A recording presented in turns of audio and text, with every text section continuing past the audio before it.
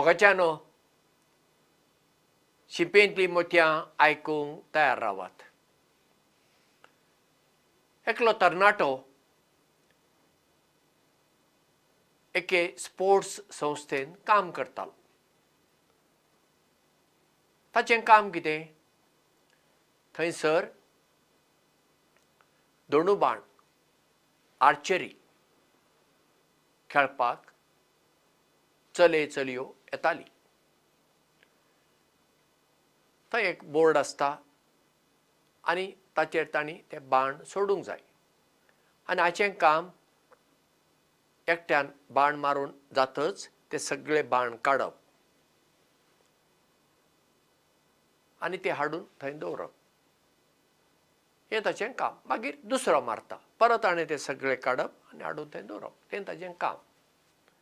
पूण केन्ना केन्ना अशें जातालें, हे थोडे मस्ते चले कितें करताले, ताणें ते सगळे बाण काडचे पयलीं आनीक बाण मारताले आनी केन्ना केन्ना तो बाण ताच्या हाताचे कुशीन लागतालो, हाताक लागनासलो कुशीन, एके फावटी ताचे तकले वयल्यान वतालो आनी हाका राग येतालो आनी ते चले मुद्दाम आचिल्ली फकांडां करूंक अशें करताले.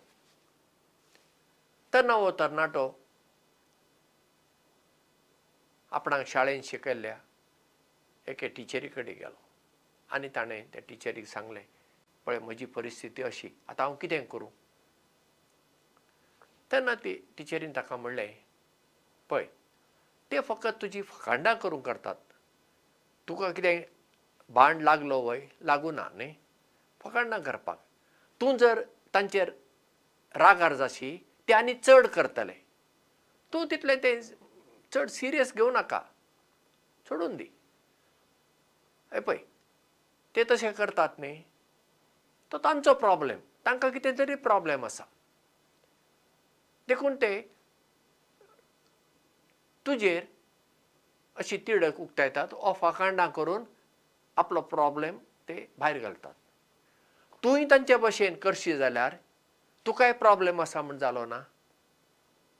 देखून तुवें शांत रावूंक जाय, तुजें काम करीत राव. आमी कितें करता जिवितांत, कोण आमचेर तापले म्हणून आमी तापता, ताणें आमकां 4 गाळी घाल्यो आमी तांचेर आनीक 4 गाळी घालता, ताणें म्हाका 1 थापट मारलें हांव ताका 2 थापटां मारूंक वता. म्हळ्यार अशें आमी करता आनी अंतल्यान वाद विवाद झगडीं हें सगळें वाडत वता. झुजां कित्याक जातात? हाकाच लागून न्ही, एक देश आनी एक देशाचेर आक्रमण करता, तांणी केलें म्हणून आनी करचें पडटा आनी पळय मागीर अशें चलत रावता.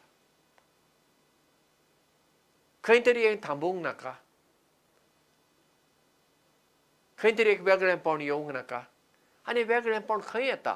पयलीं आमच्या मतीन तें येवंक जाय. कित्याक जेन्ना मत शांत आसा तेन्ना म्हजीं उतरां शांतीचीं आसतात, म्हज्यो करण्यो शांतीच्यो जातात, म्हजी चाल शांतीची जाता, हांव एक शांतीचो मनीस जाता.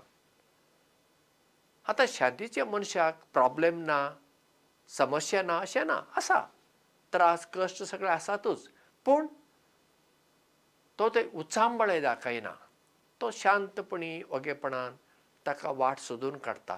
आतां कितें करूं, कशें करूं, कशें केल्यार कितें जातलें तें ताका समजना. ताचे परस चड अणभव आसल्या मनशांक, ताच्या इश्टांक म्हणा वा आनी कोणाक विचारून तो तांची बूद घेता आनी मागीर वाट सोदून काडटा. म्हणटच आमी दुसरी आमचेर रागार जाली म्हणून आमी तांचेर रागार जावची गरज ना. तर तांकां राग आयला, ताचे फाटल्यान तांचें कितें कारण आसतलें, आसूं, आमी कितें करुया, आमच्यान कितें तांचो राग उणो करूंक जायना, घडये तांची ती संवयच आसतली. पूण ती रागान भरली म्हणून आमी रागान भरलें जाल्यार आमचें जिवीत कोडू जाता, आमचें जिवीत वायट जाता, नश्ट आमकांच जाता आनी तशें जावचें न्ही. आनी तें आडोवपाक एकूच वाट म्हणल्यार जाणीव, अवेरनेस. म्हाका कितें जाता म्हजे भायर आनी म्हजे भितर, हांव कितें उलयतां, कितें चिंत्तां, कितें करतां हाची जाणीव म्हाका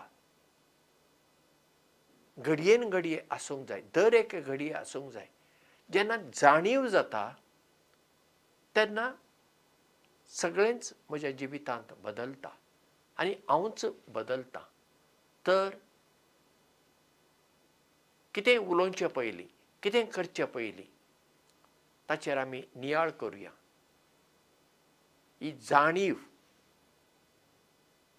आसचो गूण आपणावया आनी आमी जाणकार जावया. देव बरें करूं आनी मोग आसूं.